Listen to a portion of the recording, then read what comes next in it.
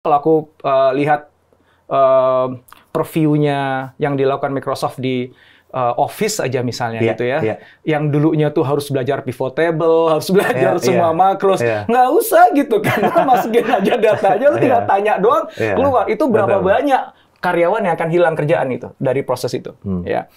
Belum lagi kalau misalnya ya karena semua datanya udah ketarik semuanya ke di cloud gitu, kemudian saya tinggal oke ya dari hasil rapat kemarin tolong dong buatin presentasi kan gitu kan ceritanya kan muncul presentasi.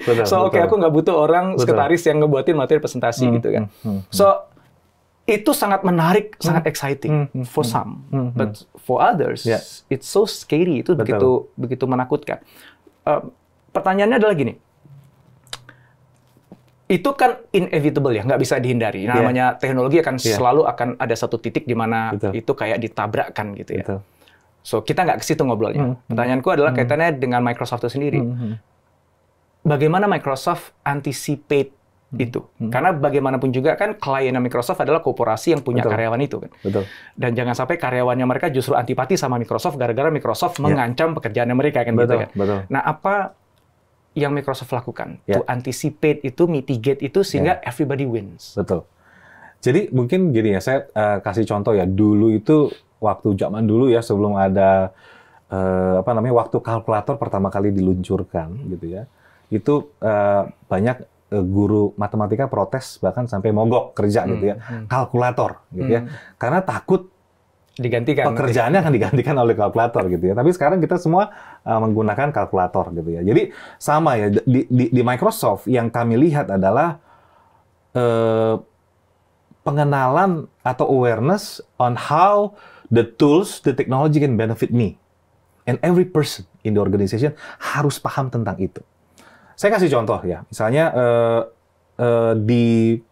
kami barusan bikin hackathon gitu ya. Bikin hackathon di mana di sebuah perusahaan gitu ya, bagaimana, dan ini nggak hanya orang IT, nggak hanya orang tech-nya aja gitu, bagaimana menggunakan kemampuan artificial intelligence di Azure contohnya gitu ya, itu kan ada cognitive service macam-macam. Jadi misalnya bagaimana merubah speech to text, dari suara menjadi teks, bagaimana mengubah dari teks ke speech, bagaimana mengenali sebuah gambar dan mengajari bahwa itu adalah gambar apa gitu ya, dan hal-hal yang lain ya, kemampuan analisa yang lain.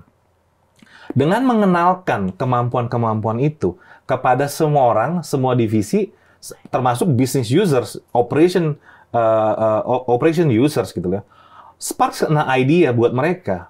Bagaimana saya bisa melakukan kerjaan saya lebih baik dengan teknologi itu. Instead of being worried, replaced gitu ya dengan teknologi, tetapi ketika mereka mengenali, oh, I can do my job faster, gitu ya. Baru-baru ini, dan ini saya nggak aja ngomong aja ya, jadi baru-baru ini Microsoft mengeluarkan Work Trend Index.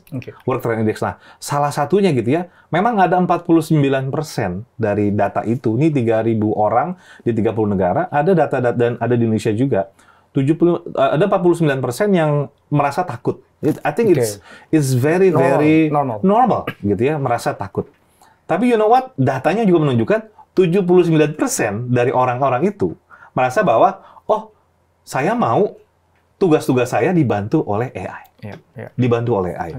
Jadi yang Microsoft akan lakukan ini adalah salah satu, balik lagi ke empathy tadi gitu ya.